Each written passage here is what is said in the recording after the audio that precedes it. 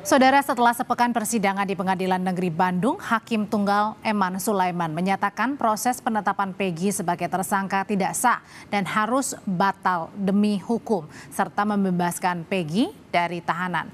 Putusan ini membuat narasi polisi yang menyebut Peggy sebagai otak atau dalang pembunuhan ini patah dan akan berdampak pada nasib terpidana lainnya.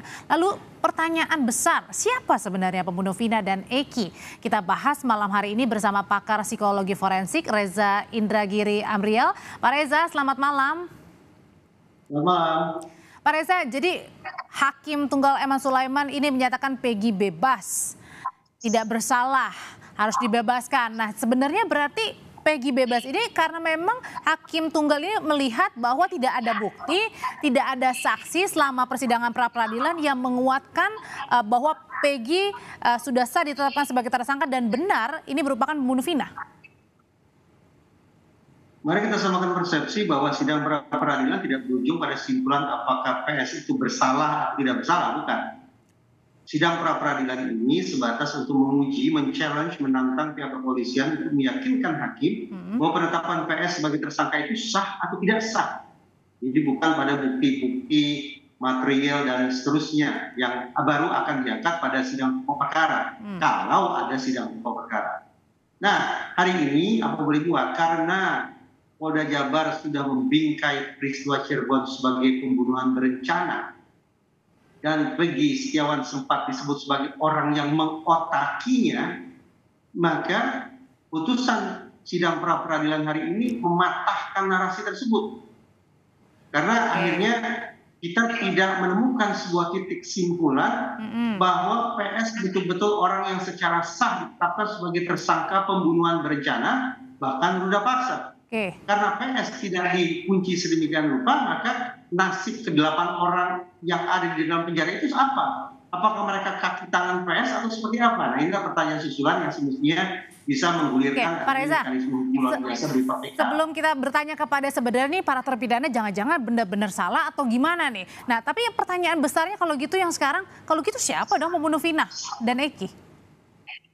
Itulah alasan mengapa saya sejak awal merekomendasikan agar Polda Jabar tidak mencari-cari DPO, tapi justru berfokus pada melakukan eksaminasi terkait dengan review kerja-kerja saintifik di tahun 2016. Pandangan saya ini ternyata segendang skenario dengan testimoninya disampaikan oleh Kapolri lewat Wakapolri bahwa kerja penegakan hukum pada tahun 2016 atas kasus Cirebon tidak sungguh-sungguh berdisiplin dengan kaidah saintifik. Harapan saya kalau eksaminasi itu dilakukan ke titik hulu, mudah-mudahan akan membantu pihak Polda Jabar, mungkin Mabes Polri, untuk menemukan siapa gerangan pihak yang sudah melakukan tindakan sedemikian kejam terhadap kedua korban. Tapi masalahnya waktu itu pernyataan dari Kapolri yang disampaikan oleh Wakapolri kan setelah penetapan Peggy ya pada waktu itu ya, untuk mengingatkan lagi ya.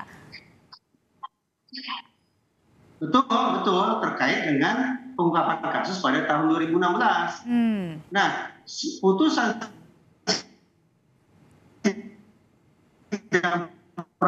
peradilan hari ini bisa saja dalam melakukan mitigasi penegakan hukum tahun 2016. Penegakan hukum tahun 2016 yang penuh dengan tanda tanya itu, yang bahkan Kapolri akui dangkal terkait kerja saintifik itu, ternyata hari ini seolah-olah diperberat situasinya, sebagaimana yang kemudian kita bisa tafsirkan dari putusan sidang pra-peradilan. Nah, kalau gitu pertanyaan selanjutnya Pak Reza, gimana caranya mencari buktinya, mencari pelakunya? Karena kan pelakunya Peggy ini kemudian saat ini kita sudah tahu putusannya seperti apa, dibebaskan dia. Nah, kalau gitu berarti mulai dari mana lagi nih? Bukti mana lagi?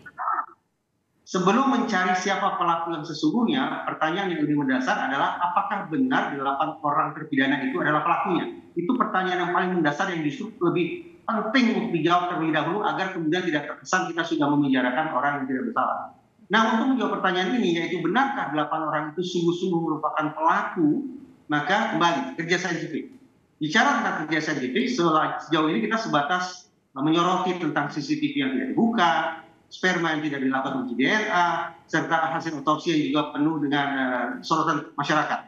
Sesungguhnya menurut saya, firasat saya mengatakan ada satu alat bukti lagi yang patut untuk diungkap Apa itu, yaitu mari kita berangkat dari asumsi. Karena ini dibingkai sebagai kasus pembunuhan berencana, maka antar pihak, antar pelaku pasti ada komunikasi terlebih dahulu. Karena perencanaan itu bukanlah HP mereka. Siapa, dengan siapa, terkait apa, jam berapa, itu yang perlu dijawab kalau HP mereka bisa dibuka. Demikian pula, mari kita berikan sorotan terhadap almarhumah Vina dan almarhum Eki yang saya bayangkan sebagai sosok remaja yang sehat, yang aktif, yang bersosialisasi dengan baik. Dengan potret sedemikian rupa, saya bayangkan mereka juga pasti melakukan komunikasi pada malam hari itu. Ambil handphone mereka, lakukan imaging untuk mendapatkan informasi atau data serinci. Tapi masalahnya ini 8 yang tahun yang lalu, gimana caranya untuk melihat lagi datanya? Apalagi para terpidana juga sudah masuk penjara kan, Pak? Firasat saya mengatakan boleh jadi Polda Jabar sudah melakukan penyedotan data dari handphone para pihak. Serinci mungkin tentang siapa dengan siapa, berkomunikasi tentang apa pada jam berapa, firasat saya mengatakan itu sudah dilakukan. Nah, tinggal dicari di mana kira-kira soft copy dan juga barangkali hard copy tentang penyedotan data dari handphone seluruh pihak tersebut.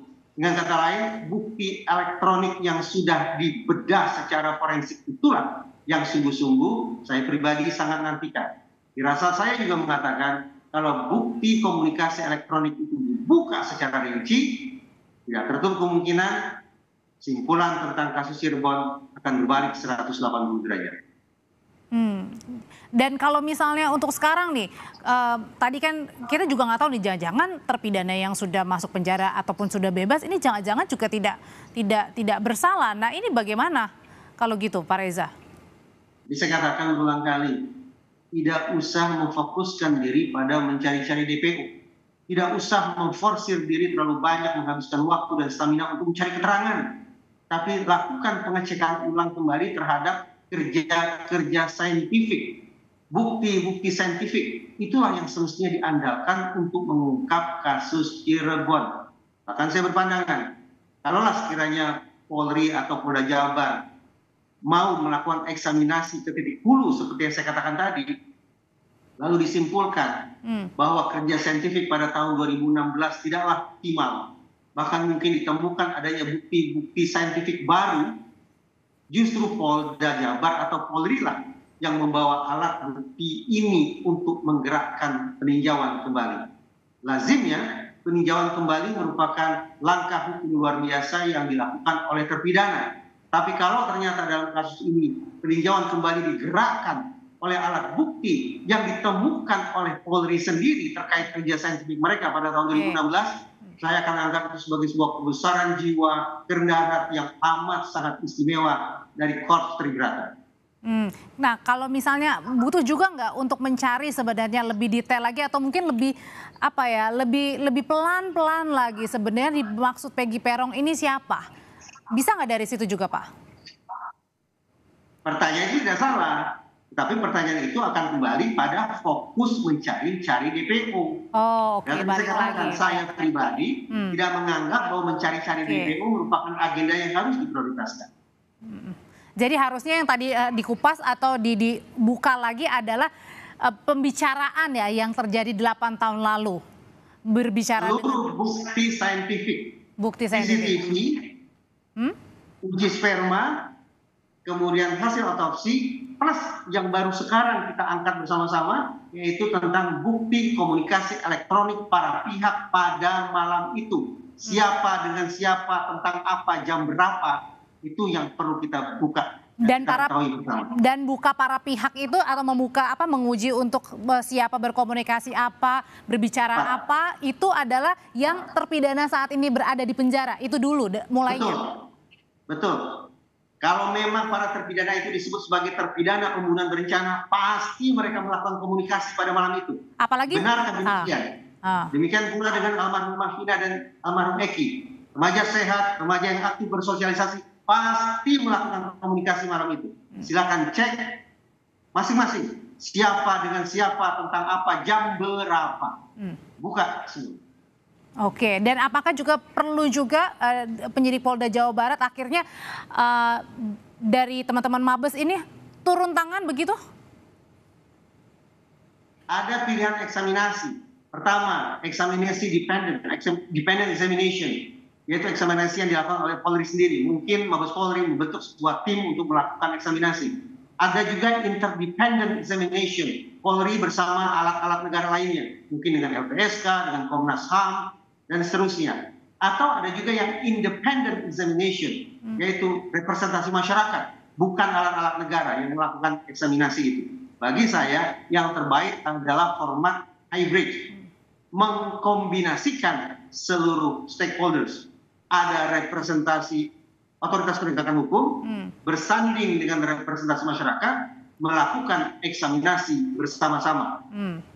Oke, eksaminasi sarannya tadi dari Pak Reza Indragiri, dan juga yang terpenting adalah membuka kembali ya isi percakapan di antara para terpidana, berbicara apa, siapa berbuat apa, dan bagaimana di dalam terjadi pada peristiwa pembunuhan Vina dan Eki. Komunikasi kedua korban juga perlu dibuka. Dan sejumlah korban. Oke, baik, terima kasih Pak Reza untuk pandangannya, karena masih tanda tanya yang saat ini ditanya oleh publik dan tentunya keluarga Vina adalah siapa sebenarnya pembunuh Vina dan juga Eki. Terima kasih Pak Reza.